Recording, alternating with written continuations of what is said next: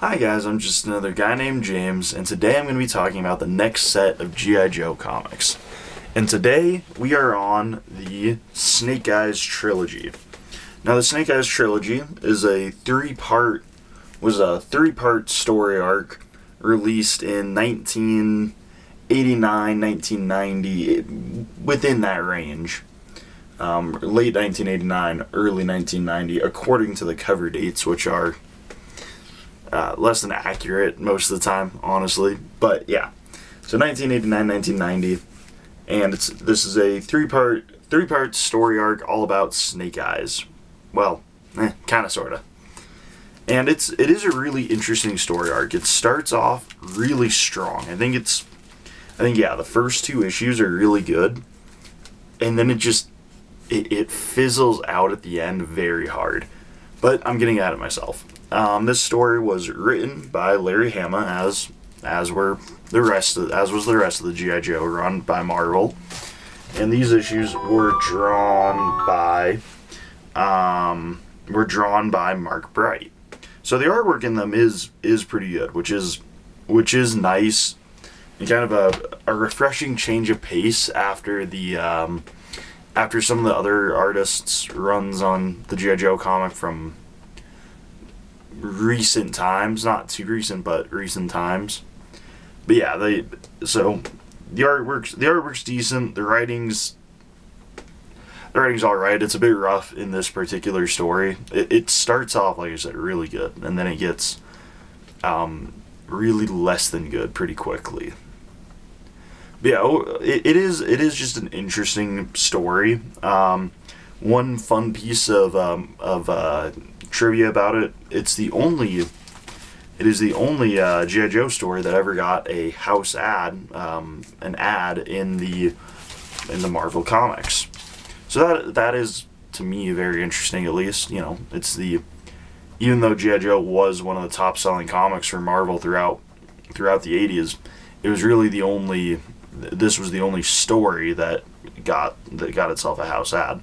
Very interesting, I think. Makes sense, being about Snake Eyes, who is the most popular of the character in the G.I. Joe mythos. But yeah, overall, this story is pretty good. There's not really anything going on with the characters that you would need to know beforehand on this story. I guess the biggest thing would just be that Scarlet and Snake Eyes are very much so a romantic item. But honestly, other than that, there's not really much background you need. Oh, and the Destro's in charge of Cobra right now. He's running. He's kind of pulling the strings, running the operation. But other than that, that's really all you would need to know in advance. But yeah, honestly, I think that without further ado, we can just hop right into the story, which today begins with Scarlet and Snake Eyes going to a reconstructive surgeon in Switzerland so that Snake Eyes can have his face repaired. As we learned in the Snake Eyes origin, his face got messed up pretty bad in a helicopter crash. So he wants his face repaired so he doesn't have to go to wear a rubber mask out in public, especially when he's with Scarlet, the love of his life. So Snake Eyes goes in to meet Dr. Hunkinder, who is the surgeon, and for the first time we see the ruined remains of Snake Eyes' face. And we learn that it's going to be a long, multi-step series of operations that are excruciatingly painful. We then cut to the Baroness, who is receiving a call from Dr. Hunkinder, who is telling Baroness that a member of the G.I. Joe team checked in on the surgery, and he sends over Snake Eyes' file. And Baroness recognizes Snake Eyes' face as belonging to the man who killed her brother. So she is now on a mission of revenge. We then cut ahead to Snake Eyes, who is undergoing the final phase of his surgery. And as he's under the anesthetic, he remembers a time when he was in Vietnam during the Tet Offensive. Flashing back to a time where Storm Shadow was shot in the streets of Saigon, and Snake Eyes followed the shooters deep into enemy territory. before the Jeep he was in was destroyed. We then see Scarlet take a phone call from. We then cut back to the present, where we see Scarlet take a phone call from General Hawk, who updates Scarlet on the situation with Clutch and Rock and Roll. And before he explains that Zorana has woken up and reveals that the Baroness was wrapped up in a plot with Dr. Hunkinder, so Scarlet tears off to get Snake Eyes. We then see the Baroness has arrived in Switzerland, and we see that. But before we see what she does, we see Scarlet bust into the operating room wielding an Uzi, and she grabs Snake Eyes and gets out. We then see Baroness pick up the flashback from earlier from her point of view, where her and her brother were in Saigon to serve on a medical relief expedition. But they were quickly found by the Viet Cong who shot Storm Shadow, so Baroness was hidden by her brother to keep her safe. Back in the present, we see the Baroness bust into the operating room, but Snake Eyes isn't there as he's been wheeled out by Scarlet. Before we go back to the past, we see Snake Eyes. Back in the past, we see Snake Eyes has arrived in the building the Viet Cong are in, and he arrives just in time to witness the Viet Cong murder Baroness's brother, before Snake Eyes jumps in and kills the Viet Cong. But when Baroness comes out of hiding, Snake Eyes is the only person left alive in the room, so she assumes that Snake Eyes kills her brother. In the present, we see Baroness catch up to Scarlet, and Scarlet's quickly surrounded before she's shot in the head by Baroness, and Baroness also captures Snake Eyes. We then see the Baroness chain up Snake Eyes in the basement of the Cobra Consulate building, where she plans to torture and eventually kill Snake Eyes, but her plans are interrupted by a surprise visit from Destro, who is investigating the sudden uptick of G.I. Joe encounters near the consulate. We then cut away to the G.I. Joe C-130, where we see Doc and Lifeline attempting to stabilize Scarlet's dangerous condition. Back in the basement, we see Snake Eyes' heart stops beating, so two of the torture experts go to check on him, but Snake Eyes kicks one of the brothers in the face before he swings himself up onto the ceiling, before undoing his change and stabbing another of the torturers in the face with a coal poker, until the final one draws a sword on Snake Eyes. But Snake Eyes is able to finesse the sword away from before the torturers toss the pile of coals into Snake Eyes' face, before Snake Eyes kills all three of them and steals their clothes so that he's not running around like naked. We then cut upstairs where we see Baroness is trying to keep the Snake Eyes scenario secret from Destro because it's a personal mission and not like a corporate mandated thing. Back downstairs, we see a group of night vipers creeping down the stairs before they are killed by Snake Eyes. And as Snake Eyes keeps moving up the building, he comes across an explosive bunker, so he collects some pretty high-powered ordnance before he keeps pushing up the stairs towards Baroness. On the rooftop, we see Destro leave the consulate, and Baroness decides to stop being subtle and just straight up kill Snake Eyes. Outside the building, we see the first few floors of the building just explode, and Storm Shadow jumps into action to try to help save Snake Eyes. We also get a fun little reference to J. Jonah Jameson right there. Back in the building, we see Snake Eyes continue to push his way up.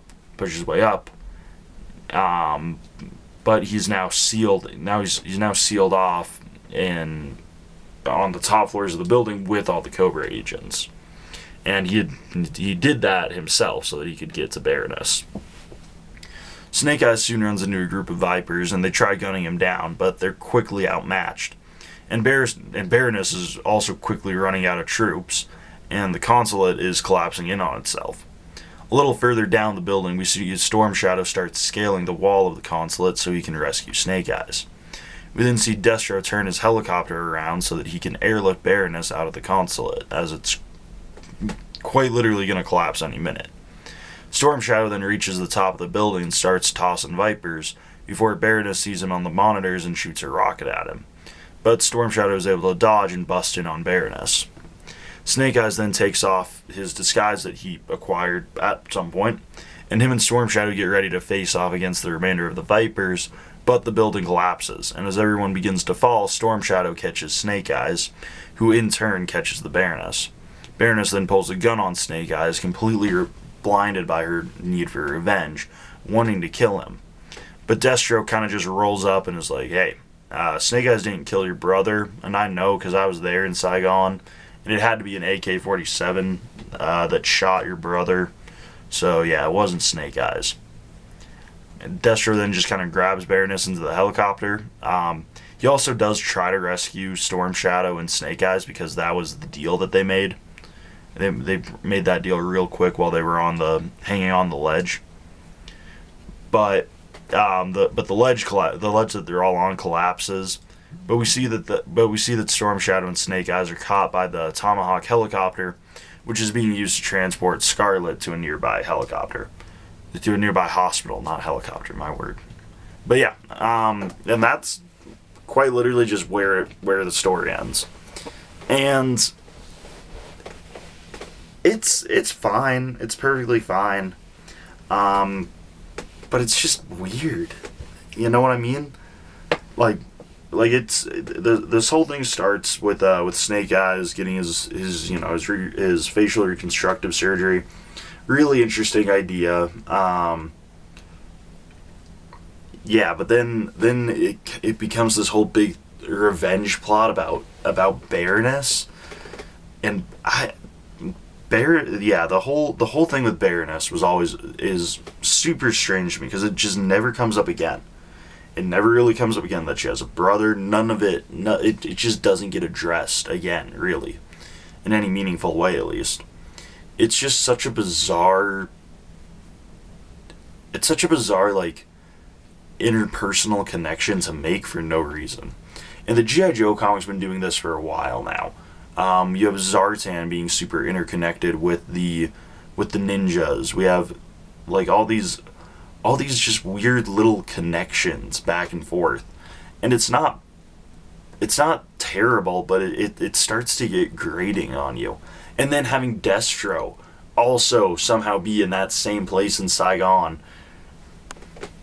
Again, it's like, just, I don't know, it starts to feel a little lazy at a certain point, having all these characters somehow interconnected but not know it.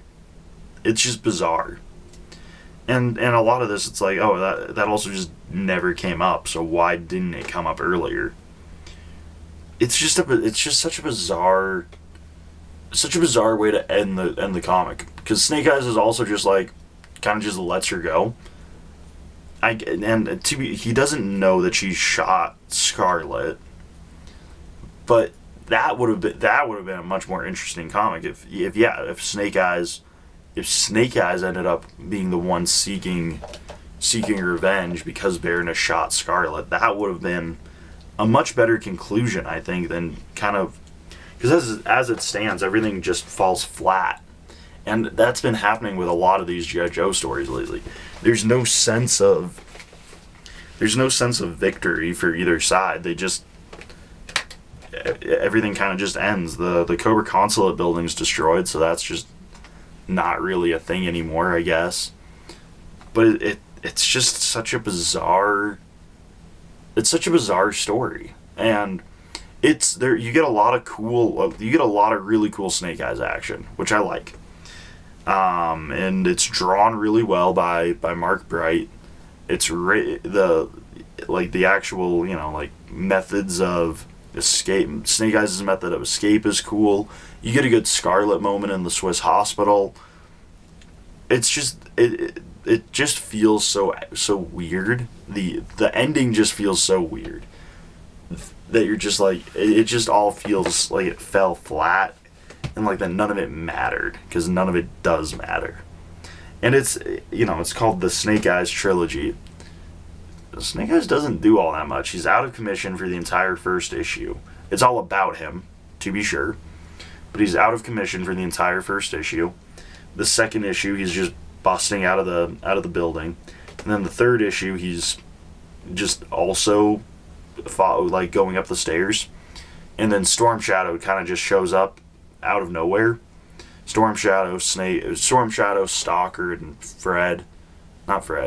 Wade Collins, who is a side character who is a wartime friend of Storm Shadow, Snake Eyes, and Stalker. Again, I'll have the link to the video where you learn about Wade Collins in the description. But Stalker and Wade are so irrelevant to the story that I didn't even mention them in the video. They're in the second and third issues of the comic, but they just don't do much of anything, honestly. So I just didn't really feel the need to mention them. But yeah, this is just this bizarre story. There's not much going on. It's far from great action. It is good action. Sorry, that was inaccurate. It's just kind of meaningless action. Like nothing happens. You know, Scarlet gets shot shot through the head and is like on the verge of dying, and it barely gets addressed. It's just bizarre. And then Snake Eyes also just lets Baroness slide on it. It's just such a bizarre train of events. And then you also have, this is right after all the stuff that just went down with the mind control, with Clutch and Rock and Roll, with Baroness blowing up Zorana. Like, it's just a super bizarre... It's just a bizarre comic. And, yeah, Baroness acts kind of out of character. She's definitely not... Her character just doesn't make sense in this story to me. She just behaves in such weird ways, but not like in the same... She just acts out of character. Her brother is brought up out of nowhere. There's been no hints at, oh, Baroness had a brother. She has had personal tragedy in her life. There's no hints towards any of that. There's just... It's just kind of a lot of it just feels like it comes out of nowhere. And yeah, the whole backstory is really what gets me. And then having the ending fall flat where the consulate building just kind of falls down, and that's the end of the story. There's no, Snake Eyes wastes an entire building full of cobras, but he won't kill Baroness because she's a named character. And it's just one of those things where it's like, where it begins to feel lazy. And yeah, I don't know, it's just bizarre to me. But yeah, that's really all I got on this one. I think there's nothing else I can really say. Good artwork, really good artwork. Just a shame that it was such a mediocre story. But yeah, that's really all I got on this one. Mediocre. I would still recommend giving it a read. I think most of the G.I. Joe series, up until like issue 115, whatever the issue with Ninja Force is, I think it's all pretty much worth reading. There's a lot of the stories just start to fall flat. But yeah, I think that's really all I got on this one. So yeah, I'm just another guy named James. I'll see you guys next time. Goodbye.